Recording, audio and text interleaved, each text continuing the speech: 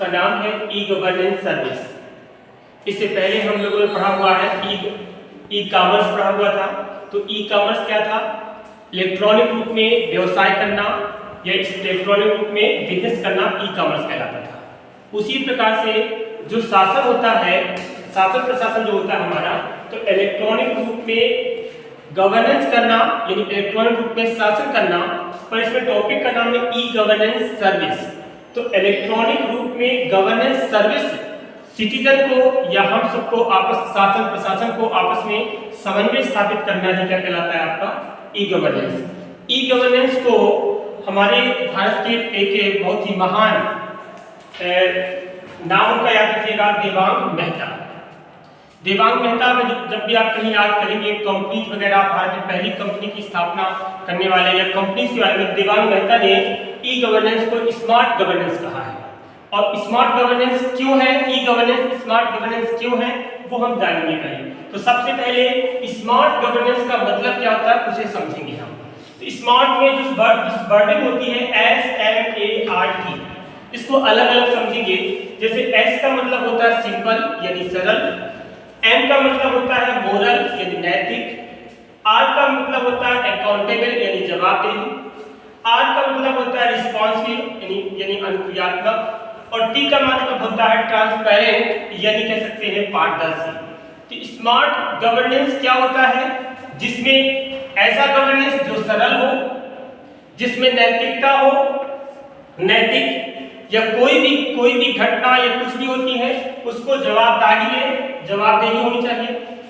अनुक्रियात्मक और पारदर्शिता, पारदर्शिता का मतलब ये होता है कि कोई भी सिटीजन हो भारत का, तो यदि आप कोई भी नेता का लड़का है या सिटीजन कोई भी हो भारत का, उनमें भेदभाव नहीं होनी चाहिए, पारदर्शिता होनी चाहिए। तो जो हमारी ई गवर्नेंस है उसमें ये प्रमुख चीजें होती है, इसलिए ई गवर्नेंस को हम क्या बोलते हैं? स्मार्ट गवर्नेंस बोलते हैं। अब समझते हैं कि जो ई गवर्नेंस है उसके स्तंभ कौन कौन से हैं, किन स्तंभों से ई गवर्नेंस बनता है एक्चुअली में।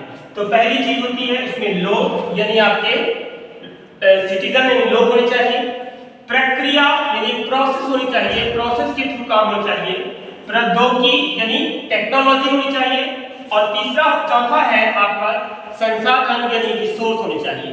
तो पब्लिक, प्रोसेस, टेक्नोलॉजी और रिसोर्स, संसाधन, की चार प्रमुख चीजों से मिलकर आप कह सकते हो कि ई गवर्नेंस स्तंभ बनता है।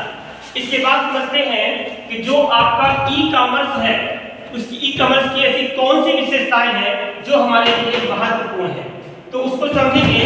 पहली महत्वपूर्ण चीज होती है वह है आपकी कैशलेस। कैशलेस मतलब जो पैसे हैं वो सब ऑनलाइन वगैरह अपन पे करेंगे या ऑनलाइन ही पूरा काम करेंगे, डिजिटल पेमेंट की प्रोसेस। फिर एक आता है पेपरलेस। पेपरलेस का मतलब है जैसे मान लीजिए ये आप कागज है, अब ये कागज के बाद में आप जाएंगे फिर कागज कैसे बनता है, तो आप देखते हैं बड़ी मात्रा में पेड़ पौधे काटे जाते हैं और उन्हीं की खाल चर्बी जो भी आप कह सकते हो उसी लकड़ी से ही क्या बनता है आपका पेपर बनता है। तो कहीं ना कहीं चल के हमें लकड़ी काटनी होती है, कोई पेड़ काटते हैं तब कहीं कागज बनता है। तो इसको भी बोला गया है कि इससे हमें एक सुविधा होगी कि हम क्या करेंगे, पेपरलेस, पेपर की आवश्यकता नहीं पड़ेगी। और अंतिम चीज होती है फेसलेस, क्योंकि फेस बहुत महत्वपूर्ण होता है। जब कहीं आप प्रेजेंट होते हैं, अपने आप को प्रेजेंट करते हैं, तो यदि आप नॉर्मल यानी भारत के समान नागरिक हैं तो आपको फेस देखकर कहीं ना कहीं पक्षपात होता है। पर जब टेक्नोलॉजी की बात करेंगे, आप ई गवर्नेंस की बात करेंगे, तो ये नहीं पता होता है कि इस आईडी को कोई मंत्री का लड़का चला रहा है या इस आईडी को कोई नॉर्मल व्यक्ति चला रहा है या इस आईडी को कोई किसी भी कलेक्टर का लड़का चला रहा है। इसका मतलब ये होता है कि उसमें सब के सब क्या होते हैं, इक्वल होते हैं। उसमें ये आइडेंटिटी नहीं होती है कि आपको आपके साथ कहीं ना कहीं क्या आ जाती है, ट्रांसपेरेंट होता है पूरी तरह से। आप ये नहीं कह सकते हो कि मेरे साथ पक्षपात हो जाएगा। तो ये बहुत महत्वपूर्ण चीज होती है फेसलेस। फेस आपका प्रमुख नहीं होता है। तो ये प्रमुख विशेषताएं हैं कैशलेस, पेपरलेस और फेसलेस। इसके बाद हम इसमें पढ़ेंगे कि types of e commerce. E commerce के कौन कौन से प्रकार हैं। तो ई कॉमर्स के आपके चार प्रकार हैं प्रमुख रूप से। पहला है G2C। G2C का मतलब ये होता है गवर्नमेंट टू सिटीजन। इसका प्रमुख एग्जाम्पल यहां हम बात करें तो ज्ञानदूत प्रोजेक्ट है, जो कि मध्य प्रदेश का ही प्रोजेक्ट है। और G2C का मतलब यही होता है कि गवर्नमेंट और सिटीजन के बीच संबंध स्थापित करता है। वह और किस रूप में करता है? इलेक्ट्रॉनिक रूप में, यानी आप कह सकते हो कि डिजिटल फॉर्म में सरकार और सिटीजन के बीच संबंध स्थापित करना क्या कहलाता है? G2C कहलाता है। फिर आते हैं G2G पर। G2G का मतलब ये होता है गवर्नमेंट टू गवर्नमेंट। तो गवर्नमेंट के अंदर कैसे अपनी संबंध, जैसे मान लीजिए आपकी एक आपकी है केंद्र सरकार और एक होती है आपकी राज्य सरकार, तो इनका आपस में जो संबंध होगा वह G2G ही होगा। क्यों? क्योंकि एक आपकी सेंट्रल गवर्नमेंट है और एक आपकी स्टेट गवर्नमेंट है। अच्छा, स्टेट गवर्नमेंट के अंदर भी होता है, जैसे मान लीजिए कि उच्च शिक्षा विभाग है और वित्त मंत्रालय है, तो उच्च शिक्षा विभाग को जो फंडिंग होगी, जो वित्त जो पैसा रहा जाएगा वह कहां जाएगा? आपको वित्त मंत्रालय से पास होकर शिक्षा मंत्रालय पे जाता है। तो यह भी एक प्रोसेस है गवर्नमेंट से गवर्नमेंट, और अंदर की जो प्रोसेस होती है गवर्नमेंट टू गवर्नमेंट वो कहलाती है G2G। ये प्रगति प्रोजेक्ट चलता है, ये आंध्र प्रदेश का है, ये इसका प्रमुख एग्जाम्पल है। इसके बाद आता है G2E। G2E क्या है? Government to employ. जो जितनी भी गवर्नमेंट जो भी एम्प्लॉय होते हैं, जो सैलरी होती है, ऑनलाइन सैलरी जो ट्रांसफर होती है वो इसी प्रोसेस के थ्रू होती है, गवर्नमेंट टू एम्प्लॉय, इसी को बोलते हैं G2E। इसके बाद आता है G2B। G2B का मतलब होता है गवर्नमेंट टू बिजनेस।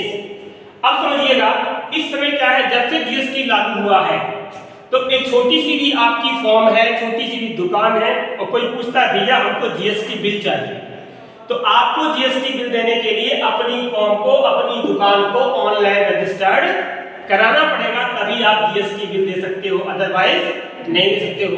तो जो GST का रजिस्ट्रेशन होता है वो इसका प्रमुख एग्जांपल है। तो गवर्नमेंट और बिजनेस के बीच जो रिलेशन होगा उसको बोलेंगे G2E। तो ये तो बात हुई हमारी ई गवर्नेंस की। इसके बाद हम आगे चलते हैं। अब आगे जो ये चीज है कि भारत में ई गवर्नेंस का विकास क्रम क्या है, भारत में किस तरह से ई गवर्नेंस स्थापित हुआ, उसका पूरा विकास क्रम को हम समझेंगे यहाँ पास। तो सबसे पहले चलते हैं सन 1970 में। 1970 में इलेक्ट्रॉनिक्स विभाग की स्थापना हुई। तो यहाँ से कह सकते हैं यहाँ से शुरुआत हुई भारत में किसकी? ई गवर्नेंस की।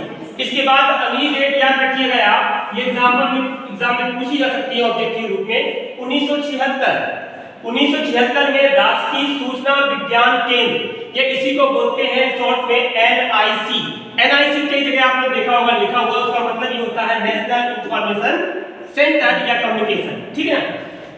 यहाँ इसके बाद चलते हैं 1987।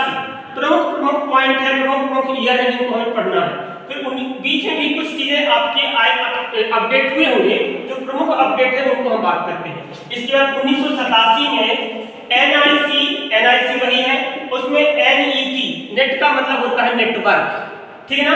तो वही आपको राष्ट्रीय उपग्रह आधारित कंप्यूटर नेटवर्क, हम कह सकते हैं जो सैटेलाइट वगैरह लॉन्चिंग वगैरह प्रोसेस हुई, तो यहाँ पास उपग्रह को प्रमुख याद रखिएगा, पूछ सकता है आपसे कि राष्ट्रीय उपग्रह आधारित कंप्यूटर नेटवर्क की शुरुआत कब हुई, तो आपको याद रखना है कब?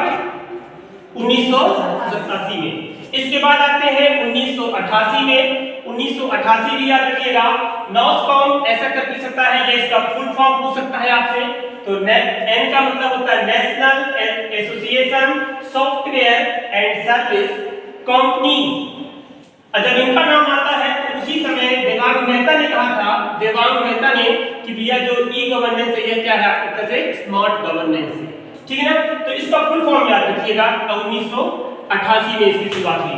इसके बाद चलते हैं और आगे 1991 में सूचना प्रौद्योगिकी मंत्रालय की स्थापना। तो कोई ये ऑब्जेक्टिव पूछ सकता है कि सूचना प्रौद्योगिकी मंत्रालय यानी आपकी इंफॉर्मेशन टेक्नोलॉजी विभाग कब बना, तो आपको 1991 में याद रखिएगा।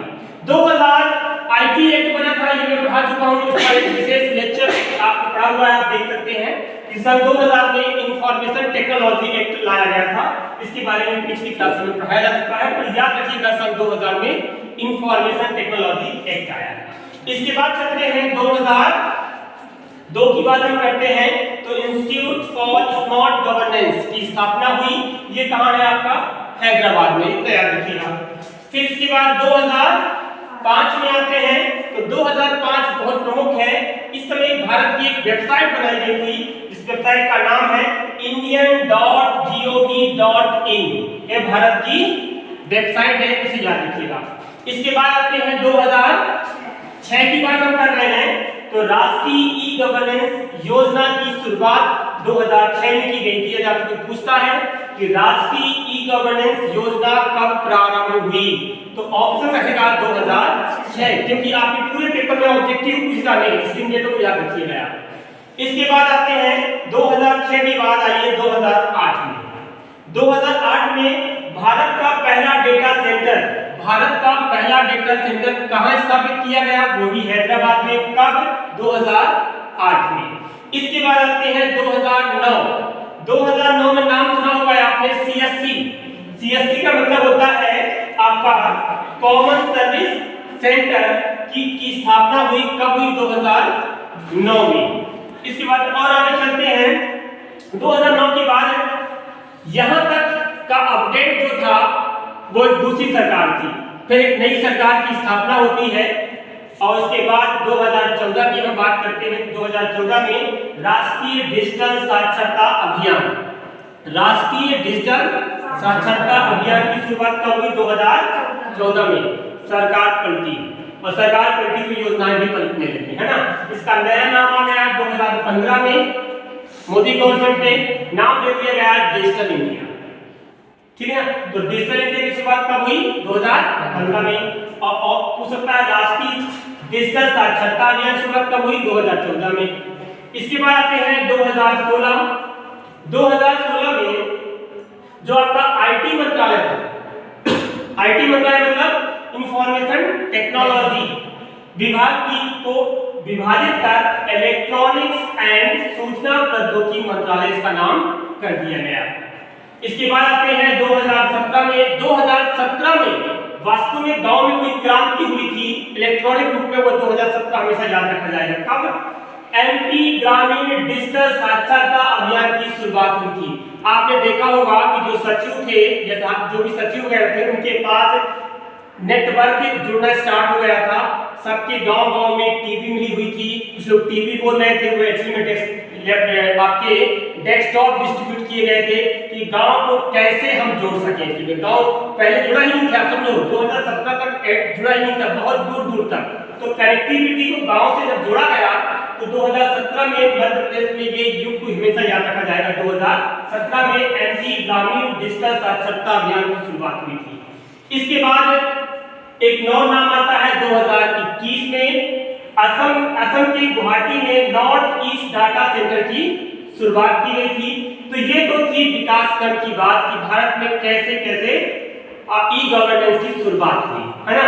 हमारी इसमें जो आपकी इसमें सिलेबस में प्रमुख रूप से दो चीजों का जिक्र किया गया है और वह जिक्र इस बात का है, एक आपका ऐप होता है उमंग, आप लोग डाउनलोड कर लीजिएगा, और एक होता है आपका एक ऐप होता है डिजी लॉकर।